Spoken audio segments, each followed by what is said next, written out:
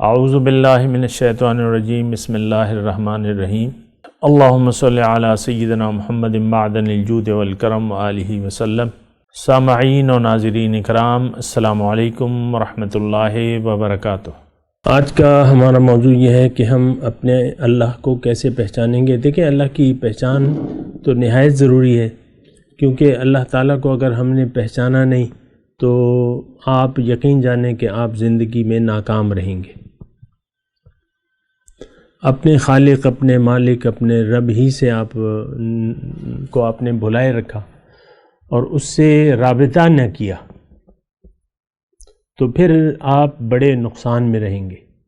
کیا آپ تصور کر سکتے ہیں کہ 4 سال کا بچہ، 5 سال کا بچہ یا 2 سال کا بچہ جو چلنے پھرنے کے لائق ہے، وہ اپنے ماں باپ سے ناراض ہو کے گھر سے باہر نکل جائے غصے میں آ کے؟ بچے بعض اوقات ضد میں آ جاتے ہیں نا، تو آپ کیا یہ تصور کر سکتے ہیں؟ اور نقصان کس کو ہوگا؟ ماں باپ سے زیادہ تو محبت کوئی نہیں دے سکتا اسے۔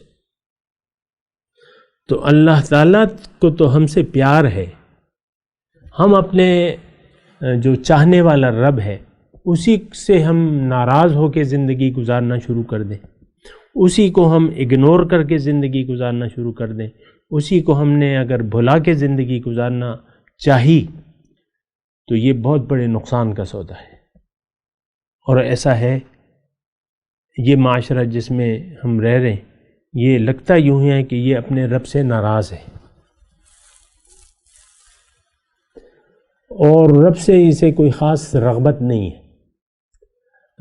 رب سے کٹ کے رہنا چاہتا ہے، جڑ کے نہیں رہنا چاہتا۔ رب سے بنا نہیں رہا، رب سے بگاڑ رہا ہے یہ معاشرہ۔ ہر معاملے میں اپنی مرضی، زندگی اپنی مرضی سے گزار رہا ہے۔ کہتا ہے نہیں، میں تو رب کی مرضی کو کیا کرنا ہے، میں نے کیا کرنا ہے، اس سے کیا فائدہ ہو؟ فائدہ نظر ہی نہیں آتا۔ اور جو وعدے ہیں اللہ تعالیٰ کے، اس کو سچا ہی نہیں جاننا۔ یہ وعدے تو ہے نا، جنت ہے، اس میں ساری نعمتیں ہیں۔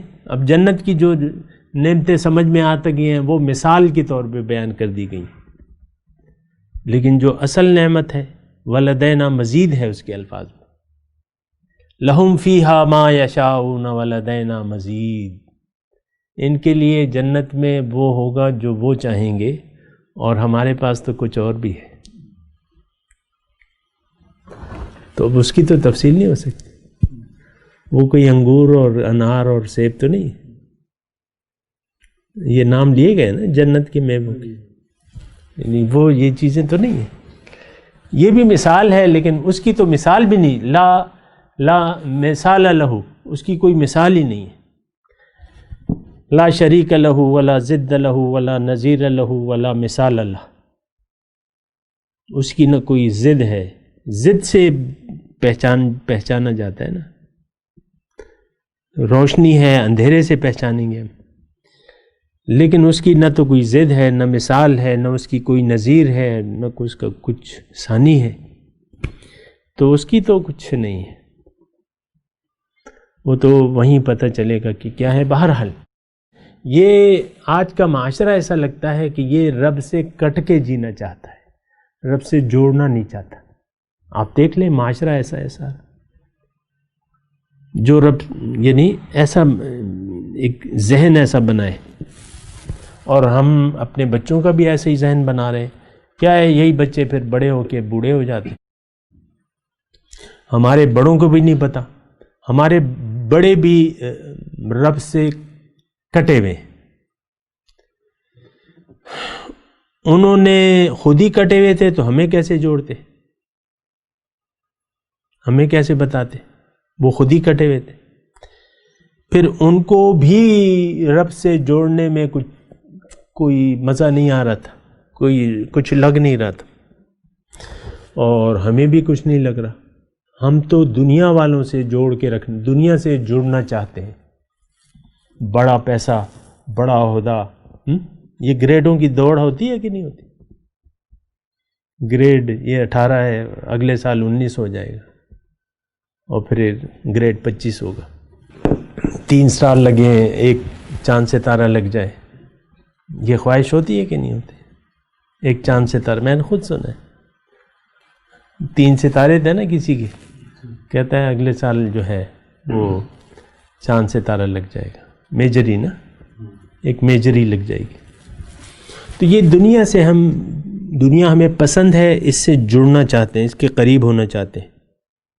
اب آپ کا ایک وزیر اعلیٰ ہے تو بہت سے لوگ اس کے قریب ہونا چاہتے ہیں،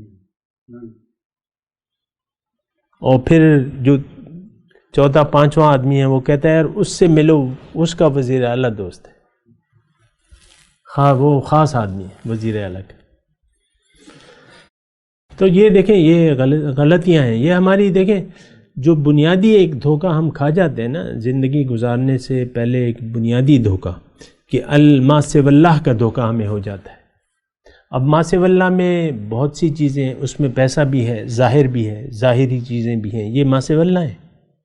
آپ کہتے ہیں ما سوی اللہ، اللہ نہیں ما سوی اللہ، تو پھر یہ ہے کہ جب یہ دھوکہ آپ کو لگ گیا تو اب دھوکہ آپ کھاتے چلے جائیں گے، کسی پیغمبر کی صحبت بھی آپ کو کوئی اثر نہیں ڈالے گی۔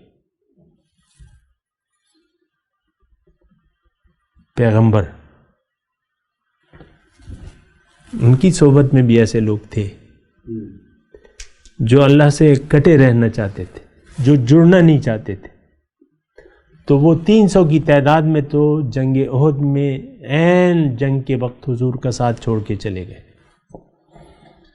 کیا وہ نمازی نہیں تھے؟ نمازی پرہیزگار تھے۔ نماز ہم تو بعض اوقات وہ کر جاتے ہیں نا دھوکہ دھڑاکا، نماز نہیں پڑھتے، با جماعت نہیں پڑھتے، یہ وہ اہتمام نہیں کرتے، تو وہ باقاعدہ نمازی تھے۔ آپ کا کیا خیال تھا کہ وہ داڑیاں منڈوائی ہوئی تھیں انہوں نے؟ سروں پہ امامے نہیں ہوں گے؟ عین میدان جنگ میں حضور کے ساتھ چھوڑ کے چلے گئے۔ تو دیکھیں اب اللہ کو جو آج کا موضوع ہے وہ یہ ہے کہ کیسے پہچانیں گے۔ سب سے پہلے میں نے آپ کو کہا کہ آپ اپنی پہچان حاصل کریں، دھوکے سے باہر نکلیں۔ دھوکہ، اور دھوکہ ہے ظاہر کا، اس سے باہر نکلیں۔ جتنا جلدی بھی آپ اس دھوکے سے باہر آ گئے، حقیقت کی دنیا میں آ گئے، تو آپ کی ترقی کا سفر شروع ہو جائے گا۔ اس دن جس دن آپ نے اپنے آپ کو پہچان لیا، آپ کی ترقی کا سفر شروع ہو جائے گا۔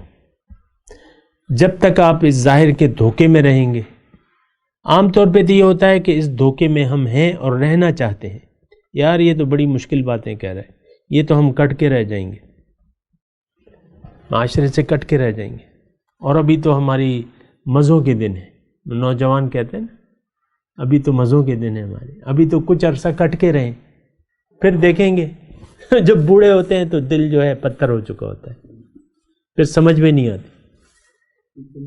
آتی سمجھ میں۔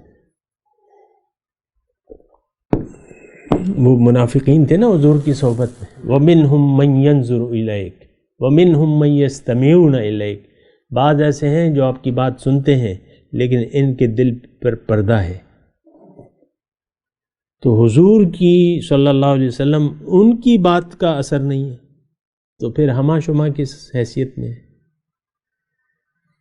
تو پھر اثرات ختم ہو جاتے ہیں، پھر آپ کا دل پتھر بن جاتا ہے، قرآن کے الفاظ ہیں، پتھر زنگ لگ جاتا ہے، پھر آپ کے دل کی کیفیت الٹی ہو جاتی ہے، پھر غلط بات آپ کو اچھی معلوم ہوتی ہے، دنیا اچھی معلوم ہوتی ہے، آخرت میں آپ کو کوئی کشش معلوم ہی نہیں ہوتی۔ آخرت میں کیا کشش ہے ہمارے پاس آج؟ موت کتنی محبوب ہے ہمیں تو موت محبوب نہیں ہے۔ تو یہ ساری باتیں جو ہیں سوچنے کی ہیں، اور اسی کے بنیاد پہ آپ آگے بڑھ سکتے ہیں، جو بھی باتیں ہوں گی انشاءاللہ کریں گے۔ وآخر دعوانا ان الحمدللہ رب العالمین۔ مولاي صل وسلم دائما ابدا على حبيبك خير الخلق كل